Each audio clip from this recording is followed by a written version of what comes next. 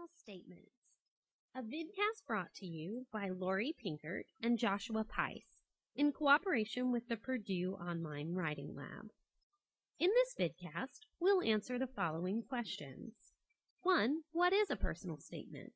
2. What factors should you consider when writing a personal statement?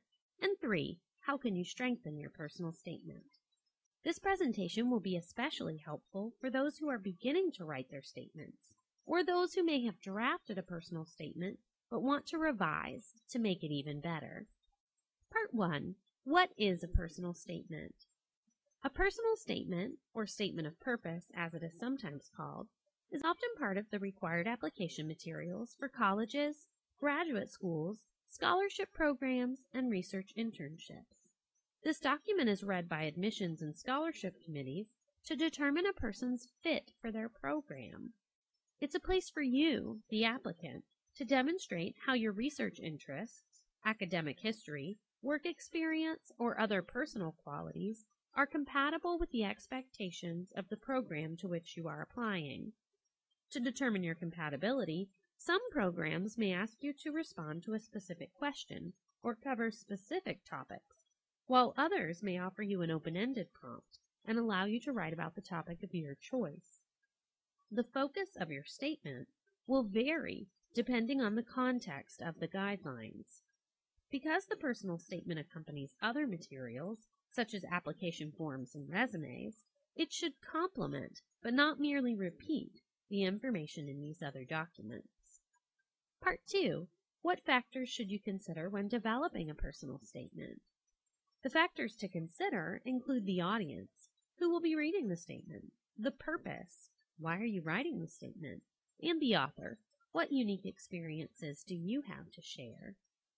Considering your audience is an important part of the writing process for any document, but it's especially important for your personal statement because these readers will be trying to determine your compatibility with their school or their program.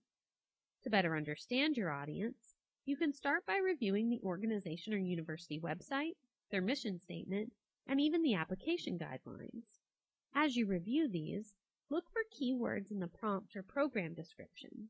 Look for the language that the program uses to describe itself. By using this language and referencing specific details, you can show the application readers how well you would fit into this community. After you've researched the program in order to understand your audience, you should consider the context of the prompt in order to determine whether it values your past experiences, your plans during the selected program, or your goals after you finish. The language in the prompt can help you see what to highlight in your essay. The readers often want to see how you've prepared for their program, what you will contribute to the program, and how the program will help you achieve your goals. They need to see that your past, your present, and your future align with their program. For example, consider the University of California personal statement prompt for freshman applicants. It has 2 parts. Part 1, describe the world you come from and tell us how your world has shaped your dreams and aspirations. And Part 2, tell us about a personal quality, talent, accomplishment, contribution, or experience that is important to you. The first prompt, which addresses the world you come from and dreams and aspirations, asks that you focus on your past and on your future. In this case, you'd want to relate these to each other. Describe how your past has shaped your future goals. The second prompt, which addresses a personal quality, talent, accomplishment, contribution, or experience, asks that you focus on your present by relating something personal to the person that you are today. Through these 2 different prompts, the committee will be able to see the applicant's past, present, and future, and will be able to see the relationships among these. After considering the audience and the context of the prompt, consider yourself as the author. Think about the unique experiences you have to share. It's important to spend some time thinking about the story that you can tell the admissions committee, the one that will set you apart from other applicants. The story doesn't have to be exotic or surprising, but it should leave the readers with a specific impression. As the author of the personal statement, you'll bring specific qualities, unique experiences, and personal preparation to any organization or university. Conveying these specific aspects that set you apart is important. For example, consider these two opening lines. Line 1, I always wanted to be a doctor. And line 2, during my recent internship at Riley Hospital for Children. Both might truthfully describe a medical school applicant who recently completed an internship and has wanted to be a doctor for as long as she can remember. Although both highlight actual experiences, the second option provides more concrete details that will separate one applicant from others and leave the readers with a specific impression. Think about how many people applying to medical school probably grew up wanting to be doctors. If you start your statement with a narrative about how you told your mom you wanted to be a doctor when you were only 3, you might be just like everyone else who always wanted to be a doctor. However, if you started with a narrative about the internship that shaped your perspective on medicine, you would offer more concrete details that would distinguish you from other applicants and show that you know about the field you want to enter. Part 3. How can you strengthen your personal statement? Once you've drafted your personal statement, you can strengthen it by highlighting specific experiences, showing rather than telling, and organizing for readability.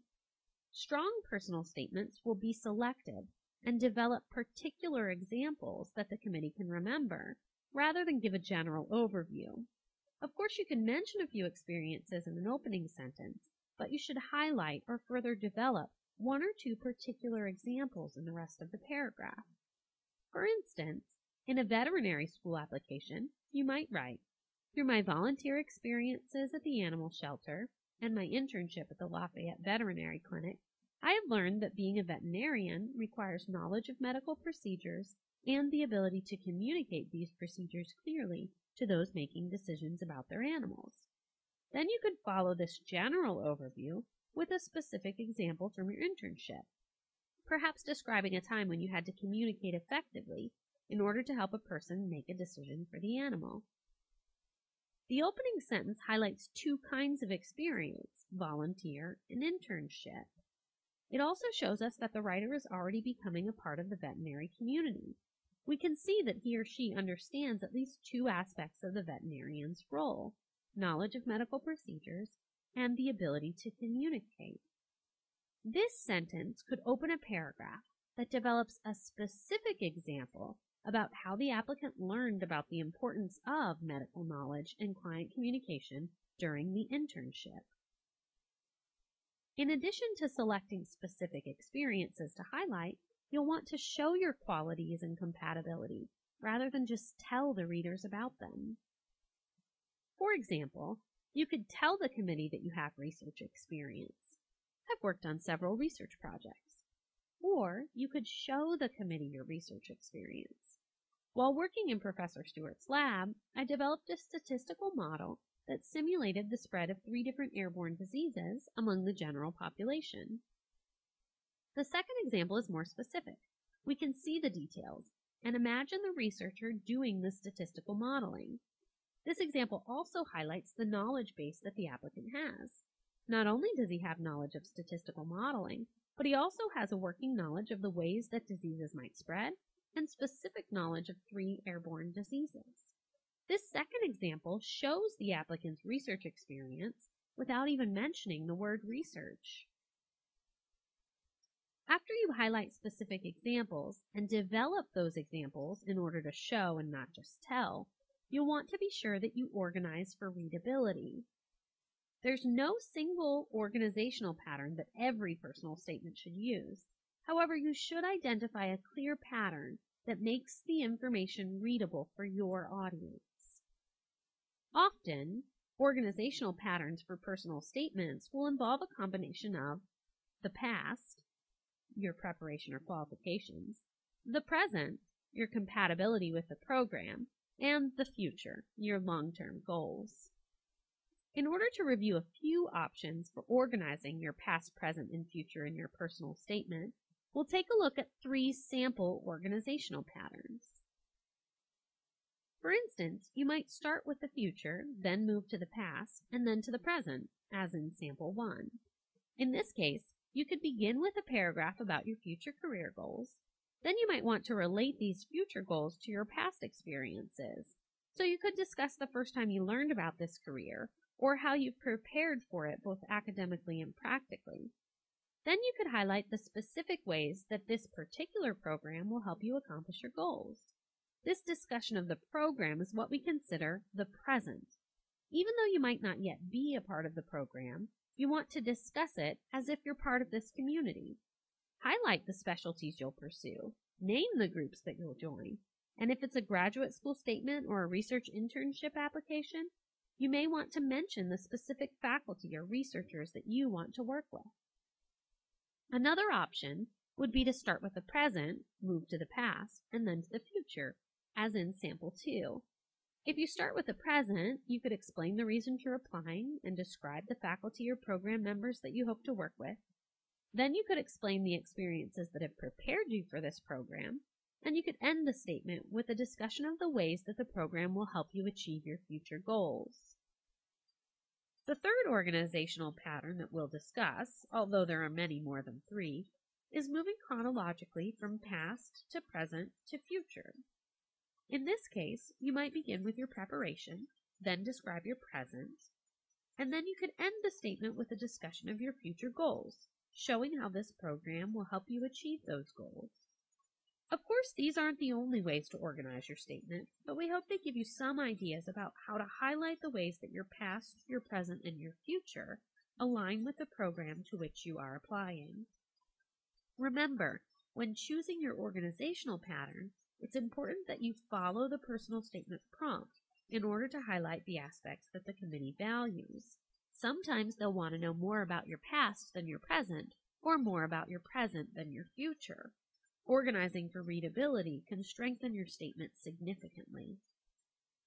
Now that you've learned more about writing a strong personal statement, don't forget to revise that statement to ensure that it highlights your best qualities and most relevant experiences.